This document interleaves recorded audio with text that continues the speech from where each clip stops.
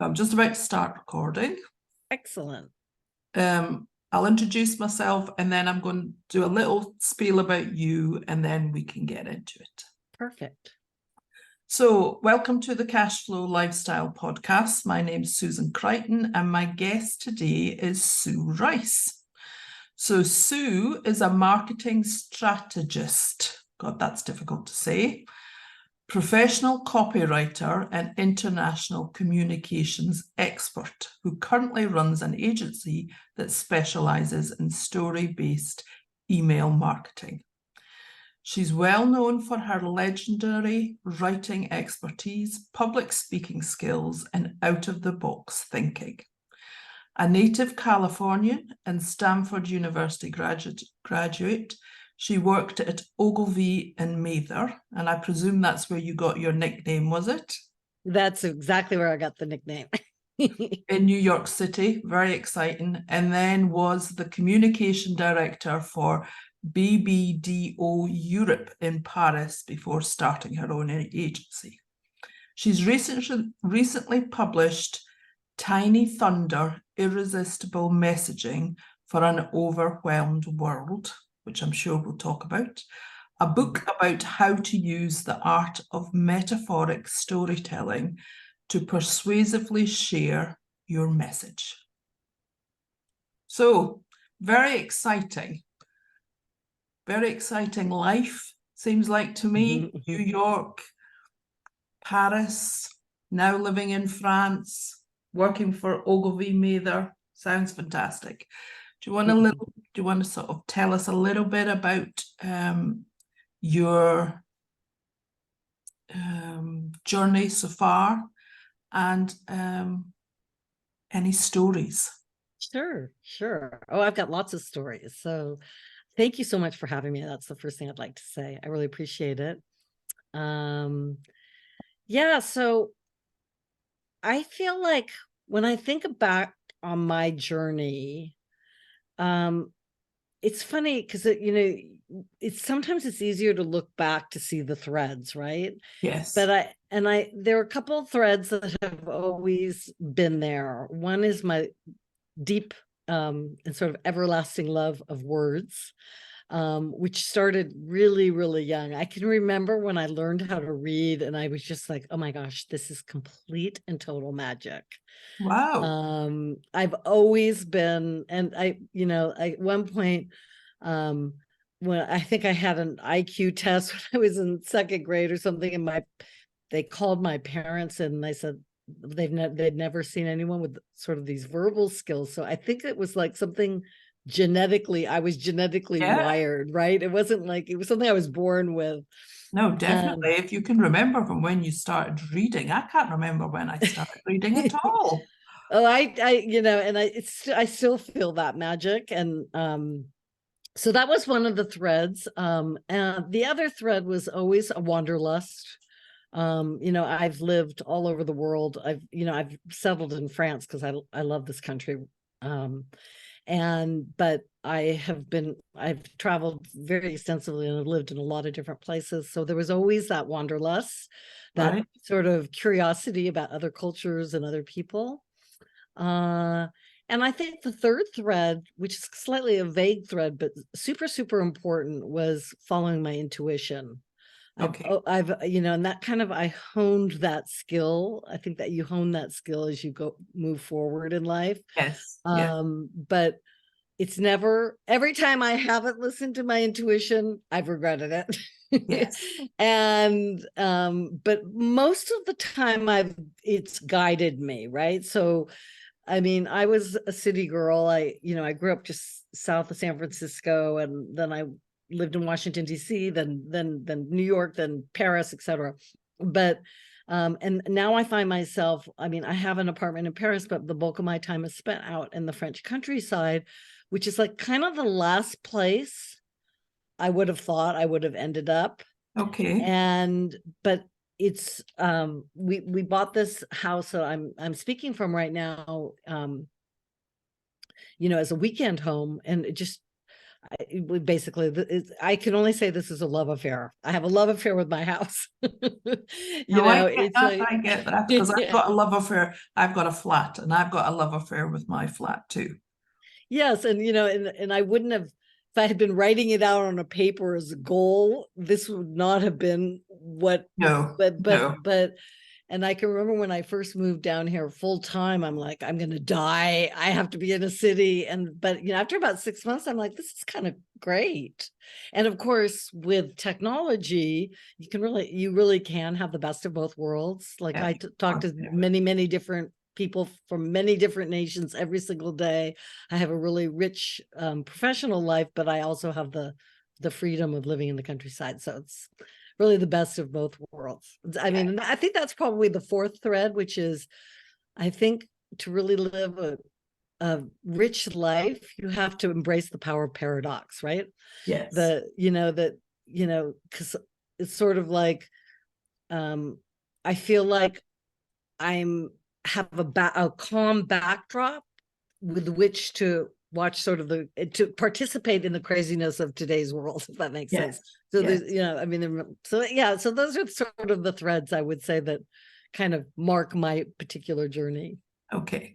What sort of lessons would you because a lot of my listeners are SMEs, small businesses, maybe starting up, maybe being there for a little while. What sort of lessons would you say to them that they maybe need to take notice of as they're starting up? Okay, so one thing is that how you begin isn't necessarily where you'll end up, right? And to feel and that evolution is part of the entrepreneurial journey. Yeah. What I have found is that I always kid that I'm like a Mexican meal, like there have been seasons where I've been an enchilada and seasons where I've been taco, but all the ingredients are always the same. There's always the strategy, the way I think about strategy, the way I articulate in words, the way the importance to me of being authentic and genuine and how we communicate with each other. So, and everyone has different ingredients. You might be making I don't know what, tapas or whatever, but, kind of feeling, just understanding that while you evolve and you might change the way you present yourself to the world, that most probably the underlying kind of ingredients are going to be the same. So you need to kind of define what it is you're good at, and then be a little bit open to how that might be presented to the world. That would be one thing. And the second thing that I would say for sure is, you really, to be an entrepreneur, to do your own business, you really have to, your middle name needs to be perseverance.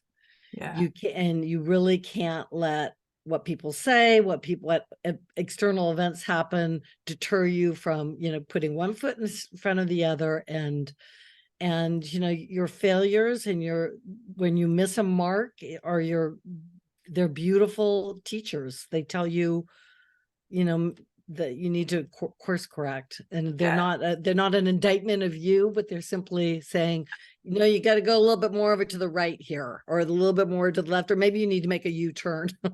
Yeah. And those lessons, those failures happen even when you think you're established, don't they? Oh, they happen all the time. It's like, there's, both my daughters are now entrepreneurs and have started their own companies. And it's funny because, some of the challenges that they have, starting up are the same challenges I still have. But I think as you move along, you get more used to it. It's less, it's like kind of shocking at the beginning. Oh my God, someone said this, or yes. But as you take it in your stride a little bit more, the more you do. But the challenges are never leave, ever. No, I agree. They never ever leave. Yeah. And the third thing, you said there was going to be a third thing. Or is there not? No, I think that's those are the two biggest things that I would say are lessons that I've learned.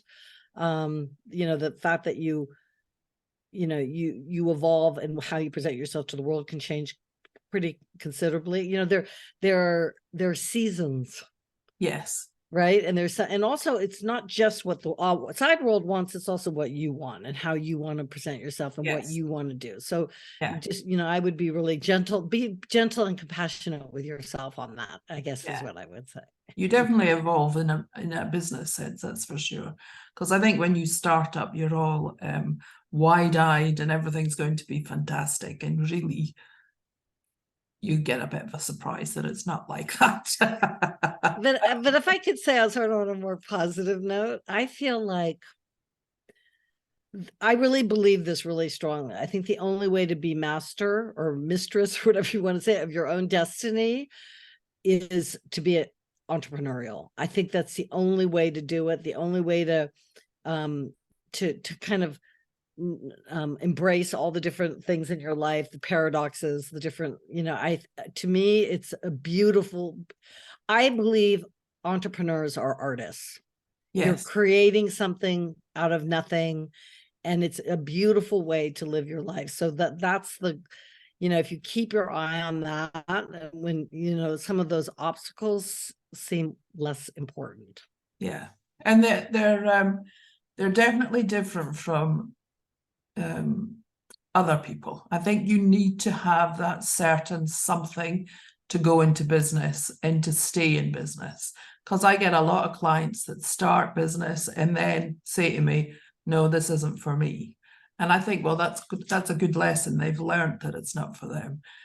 I think I know a lot of people, they'd like to be next to an entrepreneur. Yes. And supporting them. Yes. And you know what? That's a really, really important role too. Yeah, of course it is. And that's what entrepreneurs need. They need the people round about them so that they can be what they want to be, and that they know that there's people behind them supporting them.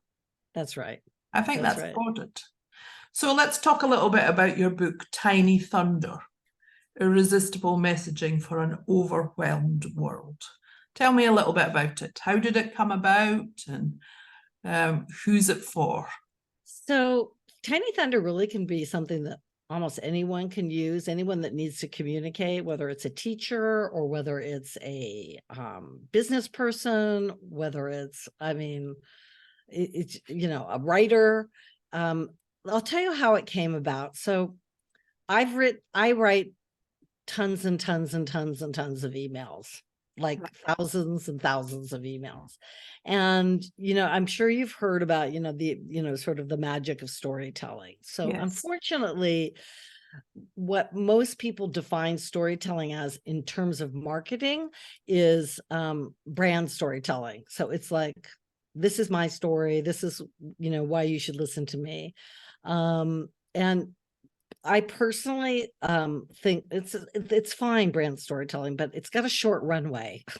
Because I've had to write on that short runway, and after 5, 6, 7 emails, you can only repeat that story so many times, unless you're like a Sarah Blakely or something, right? Yeah, and I would think people would get fed up listening to it or reading it. Well, but also the problem with it is the spirit of it. For me, isn't exactly in alignment with how I want to communicate with people, because I don't, I always like to talk about how, when you go to a dinner party, you don't want to be sitting next to the person who's like, let me tell you about myself.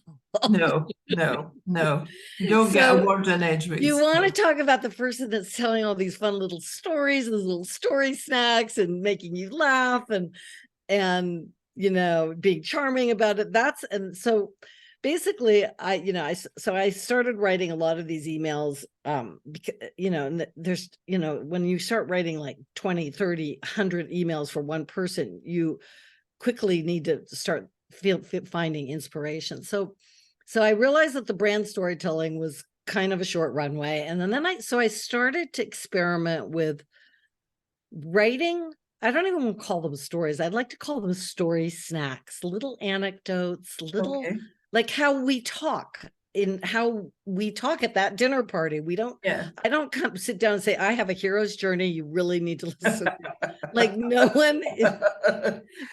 one talks like that, right? Yeah.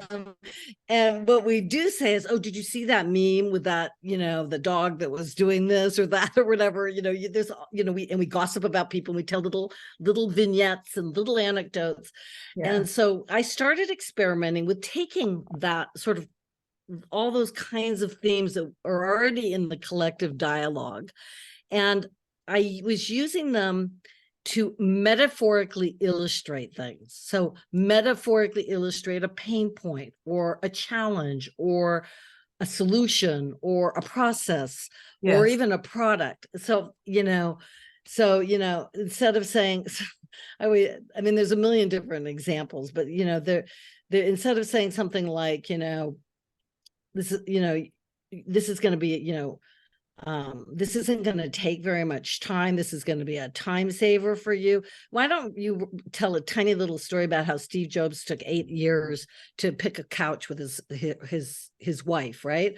It's like, I promise you, it's not, you show what happens when the people cannot make a decision, right? So, but I mean, that's just one kind of dumb little example, but I have a story library of thousands. There's millions of them out there that illustrate. And the thing that's so great about Tiny Thunder, so I use that in emails. I help people use that for their sales talks. I use it for we can use it in advertisements. There's just a million different ways that you can apply that method, both in marketing and also just in general persuasion. And also when you try to share a difficult idea, yes, you bring it, or something that's a new idea, you bring it back to something that people know, right? And that people can relate to. One of the great metaphoric storytellers was Steve Jobs, right? yes. I mean, he would say things like, instead of going into all the features of what the iPod was, he says it's like having 1,000 songs in your pocket. That's a metaphoric story snack, right? Yes. So anyone can get that. So that's basically, so the book is about that, but also so it's a technique, it's a framework that you can use to communicate, but I also think it's larger than that. I think it's a philosophy, because it's about raising the bar of how we communicate, using little stories, joining the collective dialogue versus interrupting it, kind of putting the bar up a little bit, because I feel like it's getting worse and worse. You can go into your inbox and everything sounds and looks the same, no matter what industry is trying to, and all that we're templated out, we're burnt out with sort of same old techniques. And so what's so great about Tiny Thunder is how you would use it, how I would use it, or how the next person would use it is completely different. It's a lovely technique that's really easy and makes marketing fun again, I might add. But it's how the stories that you pick are not going to be the ones I pick. And you can talk about your personal life. You can talk about movies that you've watched. You can talk about music that you've listened to, memes that you've read. I mean, it just, it's endless, really. Yeah. And that runway is infinite. Yes. Because we are storytellers, right? So yeah, because everything happens to us. If you sit and think about it, what happened last week, you can find a story there, and then you can relate it to your business somehow. Absolutely everything. It's just, I mean, from how you're cooking to everything. It just goes on and on when you start. And once you start sort of exercising that muscle, you see Tiny Thunder everywhere. Yeah. So tell us a little bit where Tiny Thunder came from, the expression Tiny Thunder. So I'm actually not really sure how. I was just trying to think of, something that created a noise. And so but then I just put, and thunder was one of the things that I thought of. And then I thought, but it's just, they're little tiny morsels. They're not, they could be one line, they could be one statistic, they could be one. So that's why I put the word tiny in front of it. I suppose tiny and the But Tiny Thunder is a metaphoric story. which is why, right, the reason I did it, I could have said, combining stories and metaphor, but Tiny Thunder in and of itself is a metaphoric story, right? Yeah. So tiny stories build up to a thunder. Right. That's right. Yeah. Right. Yeah. Get that. Get that. Well, also at the beginning of the book, at the very beginning, the intro, I do a quote again from Steve Jobs, he was saying, he was instructing when he did the Apple 1984 ad, which is a really famous ad, right?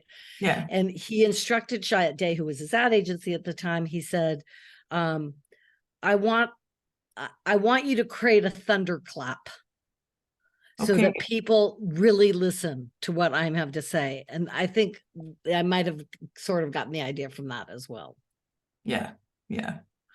So let's have a little bit of fun. I was going to say, what was your favorite subject at school? But obviously it was reading, literature, I suppose. English, maybe? What was English, everything.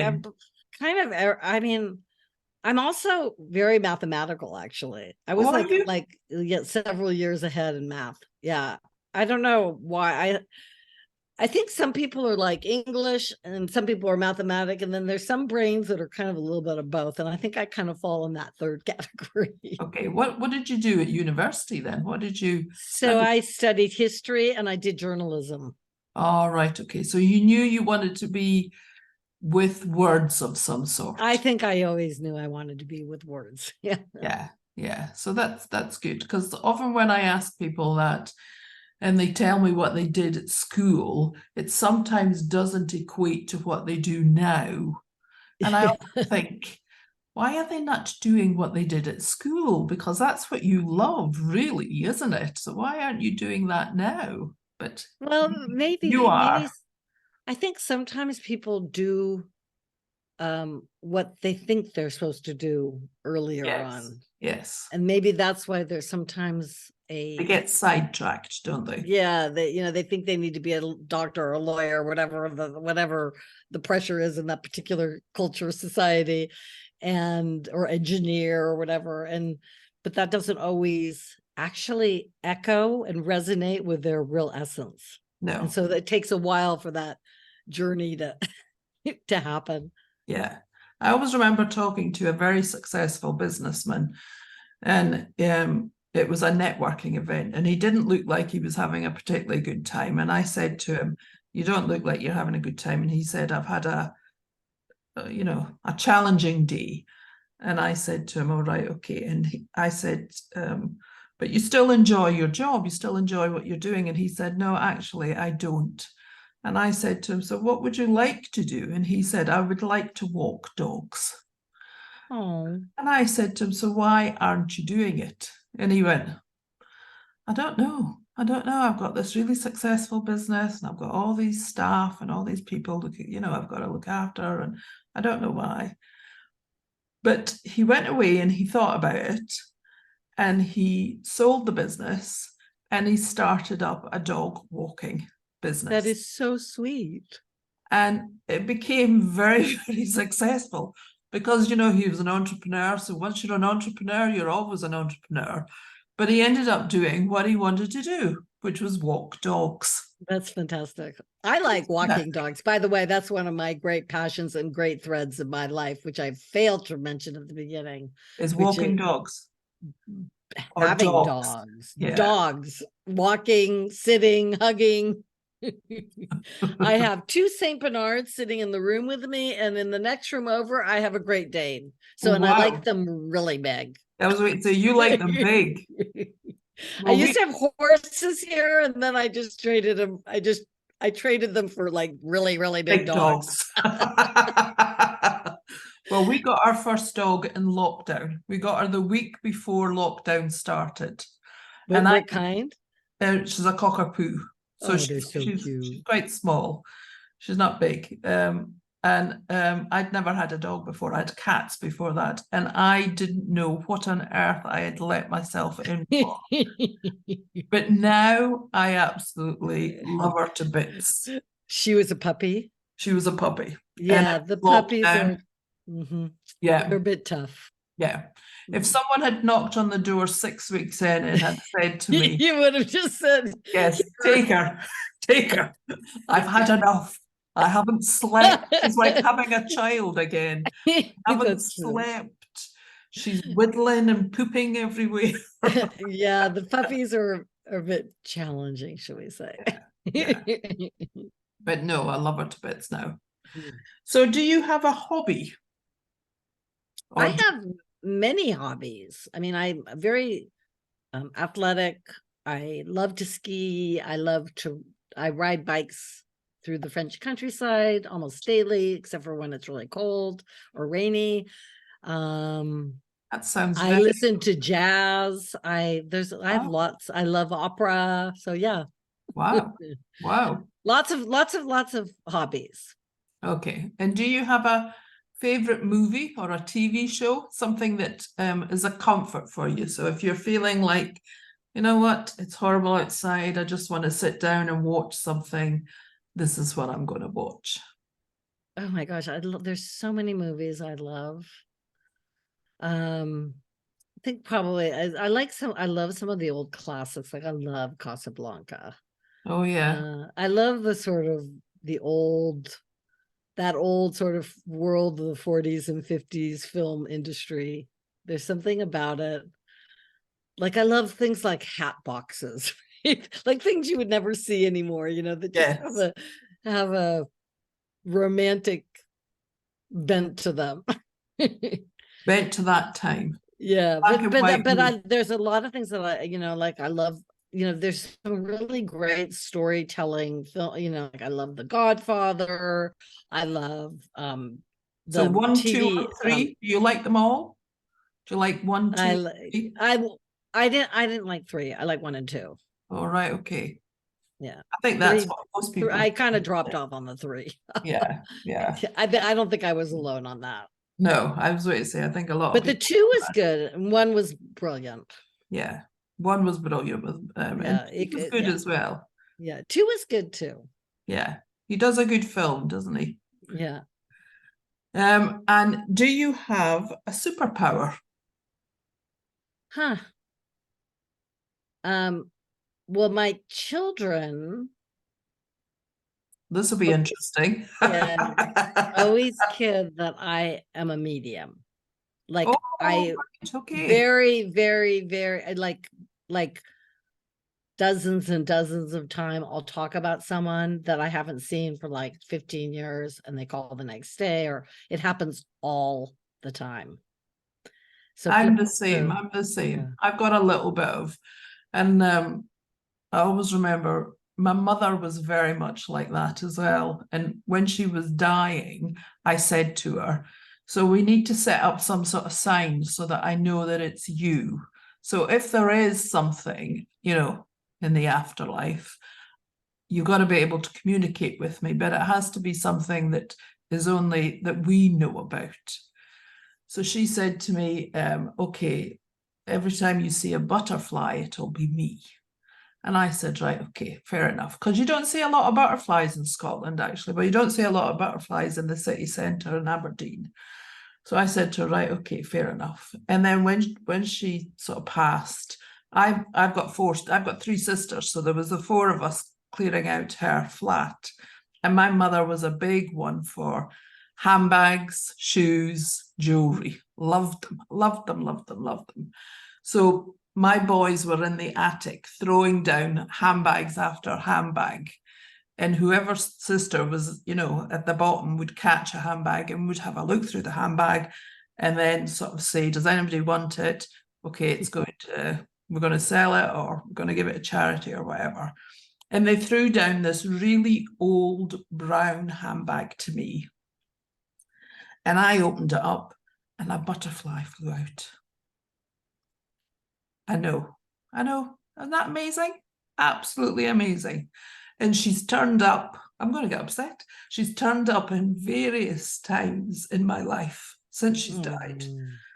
And I've just thought, I believe in that butterfly thing. My husband passed okay, 2 years ago in August 2021. He had lots of illnesses. And we never see butterflies here, Yeah. like never.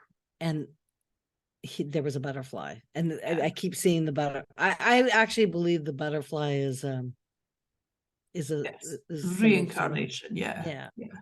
No, I believe So it. he's fluttering around the house. Yes. Yes. Well, my mum's turned up in lots of places. In fact, I was having a conversation with my oldest son. She always seems to turn up when my oldest son's about. And I was having a conversation. We were sitting in the garden, and I was saying to my oldest son, Stuart, I haven't seen my mum for ages. I'm getting quite upset because I haven't seen her for ages. And lo and behold, this butterfly appeared, and I went, she's only come for you, you know. She hasn't come for That's me. very funny. That's funny.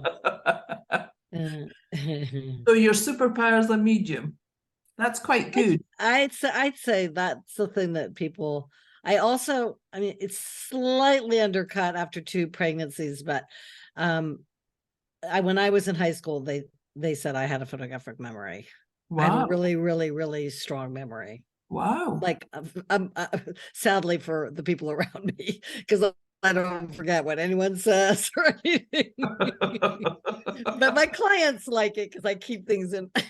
Yes, yes, that I can see that would be good for clients, but I can It's good for it wouldn't be so good if business you were a friend and you or were a going, boyfriend or actually, whatever. no, you didn't say that. You said this. I remember. Yes, It's funny that. yeah. So, do you ever feel, talking about your book, do you ever feel overwhelmed? To be honest, Yep. my honest answer is no, Wow, that's which good. is kind of crazy because what I do here is like work for 20 people. I mean, I work, I love what I do. I'm like in the flow like every day, Yeah, but what I'm doing is quite substantial, right? yeah. So, but I really think the best way, again, I can only speak for myself. I don't want to say this is for No, everyone, no. but I think the best way to deal with overwhelm, how I've dealt with it, is I am really, it's like military here. I Okay. like really, I mean, I'm flexible. People come in and I have coffee, all that. I'm not unflexible that way, No. but I go to bed at a certain time. I'm careful about what I eat. I can't explain it. It's very and I feel like those habits Yes. keep the overwhelm at bay. Wow. That's Right? interesting. That's the way and also, like I said, I know I've chosen this lifestyle because it's completely stress-free. I'm like living in this beautiful nature, in this beautiful countryside. And so, yeah, so I feel like that the environment that you set up, and it's going to be different, and the preferences are going to be different by person, obviously, Yeah. but the habits can really, really, really help, getting good sleep, all the, like really basic stuff, which sounds a bit boring, but I did a strategy once for Solomon skis. They're one of my clients a few years back, and the strategy was about how there's freedom and discipline, like when we're talking about skiing and all that. And I really believe that. I think that there is real tremendous freedom in discipline. People think discipline is a straitjacket. It's actually, in my opinion, the opposite. No. Oh, that's really interesting. That's really interesting. So if people want to get in touch with you, how do we get in touch with you? So you could you can go to my website, which is suerice.com, or you can also I'll give my email. It's sue@suerice.com. I'm pretty Okay. open book, and I talk to people if you need help, if you want to reach out, if you want to find out how we can work together. I do workshops for people. I do one of my specialties is helping people with LinkedIn. Okay. Because and so if people are interested in that, they can talk to me, and also you can just reach out to me. Yeah. We don't even have to talk about business. No. And buy the book. It's available through And of Amazon. course, buy the book. Yes, go the Tiny Thunders on Amazon. Very shortly, I have someone else actually who's going to be printing them. for me. And I'm Good. going to even have mugs and tote bags and everything. Good. So we're doing the swag. Yeah. But yeah, people have been really, really so positive about the book. That's good. People love this book. Yeah. So yeah. Okay. Well, thank you very much for joining us. Thank I've you. enjoyed the chat. It was so fun having our afternoon Yes. chat together. Yes, afternoon chat. This is Cashflow Lifestyle. My name's Susan Crichton, and my guest today was Sue Rice. Thanks for joining us. Bye.